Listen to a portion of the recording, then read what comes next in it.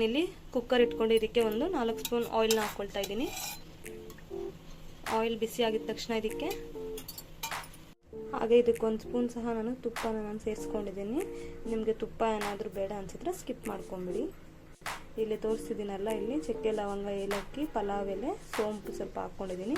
ಅದನ್ನ ನಾನು ಇವಾಗ ಇದಕ್ಕೆ ಹಾಕ್ಕೊಳ್ತಾ ಇದ್ದೀನಿ.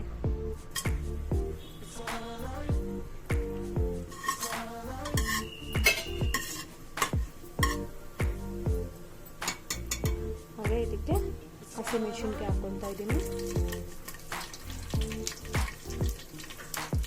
ಹಸಿಮೆಣಸಿನಕಾಯಿ ಹಾಕಿ ಆದಮೇಲೆ ಹಾಗೆ ಇದಕ್ಕೆ ನಾನು ಈರುಳ್ಳಿನೂ ಸಹ ಸೇರಿಸ್ಕೊಳ್ತಾ ಇದ್ದೀನಿ.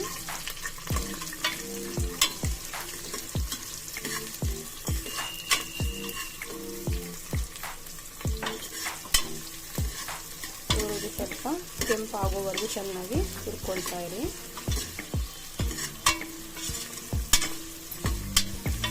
ಈರುಳ್ಳಿ ಈಗ ಕೆಂಪಾಗಿದೆ. ಇದಕ್ಕೆ ನಾನು ಇವಾಗ 2 ಸ್ಪೂನ್ ನಾನು ಶುಂಠಿ ಬೆಳ್ಳುಳ್ಳಿ ಪೇಸ್ಟ್ನ ಹಾಕೊಳ್ತಾ ಇದ್ದೀನಿ.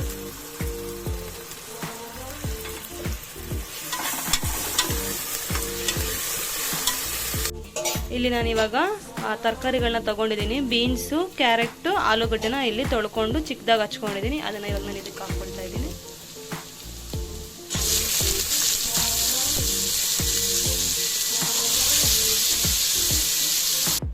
ಕಲ್ಲುಪ್ಪು ಹಾಕೊಂಡಿದ್ದೀನಿ, ನಾನು ಚೆನ್ನಾಗಿ ಮಿಕ್ಸ್ ಮಾಡ್ಕೊಂಡಿದ್ದೀನಿ. ಧನಿಯಾ ಪೌಡರ್ 1 ಸ್ಪೂನು ಹಾಕ್ಕೊಡಿ. ಹಾಗೆ ಇದಕ್ಕೆ ಒಂಚೂರು ಅಚ್ಚಕಾರದ ಪುಡಿ ಕೂಡ ಹಾಕ್ಕೊಡಿ.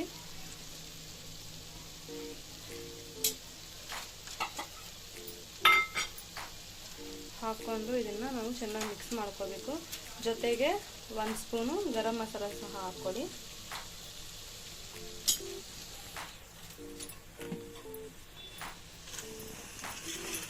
ಇಲ್ಲಿ ನಾನು ಪೇಸ್ಟ್ನ ರೆಡಿ ಮಾಡ್ಕೊಂಡಿದ್ದೀನಿ. ಇದರಲ್ಲಿ ನಾನು ಏನೇನು ಮಿಕ್ಸ್ ಮಾಡ್ಕೊಂಡಿದ್ದೀನಿ ಅಂದರೆ ಕೊಬ್ಬರಿ ಮತ್ತು 1 ಸ್ಪೂನ್ ಸೋಂಪು, 1 ಸ್ಪೂನ್ ಗಸಗಸೆ, ಒಂದು 8 ರಿಂದ 10 ಗೋಡಂಬಿನ ಹಾಕ್ಕೊಂಡಿದ್ದೀನಿ. ನಾನು ಪೇಸ್ಟ್ ಥರ ರೆಡಿ ಮಾಡ್ಕೊಂಡಿದ್ದೀನಿ. ಈಗ ಇದನ್ನು ಕೂಡ ನಾವು ಈ ಮಿಶ್ರಣಕ್ಕೆ ಹಾಕೋಬೇಕಾಗುತ್ತೆ.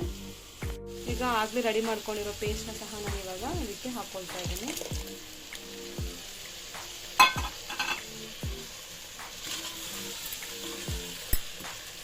ಒಂಚೂರು ನೀರು ಹಾಕ್ಕೊಂಡು ಹಾಗೆ ಇದನ್ನು ಚೆನ್ನಾಗಿ ಮಿಕ್ಸ್ ಮಾಡ್ಕೊಡಿ.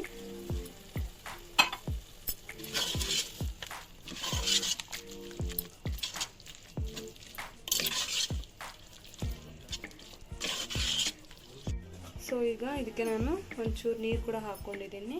1 ಗ್ಲಾಸ್ ಅಷ್ಟು ಹಾಕ್ಕೊಳ್ಳಿ ಸಾಕು. ಅದಾದಮೇಲೆ ಇವಾಗ ಇದು 2 ವಿಜಿಲ್ ಬರಬೇಕು. ಈಗ ನಾನು ಕುಕ್ಕರ್ ಮುಚ್ಚಳನ ಹಾಕ್ಕೊಳ್ತಾ ಇದ್ದೀನಿ. 2 ವಿಜಿಲ್ ಬರೋವರೆಗೂ ವೇಟ್ ಮಾಡೋಣ. ಈಗ 2 ವಿಜಿಲ್ಸ್ ಆಗಿದೆ. ಸೊ ಈಗ ನಮಗೆ ಕೂಟ್ ರೆಡಿ ಆಗಿರುತ್ತೆ.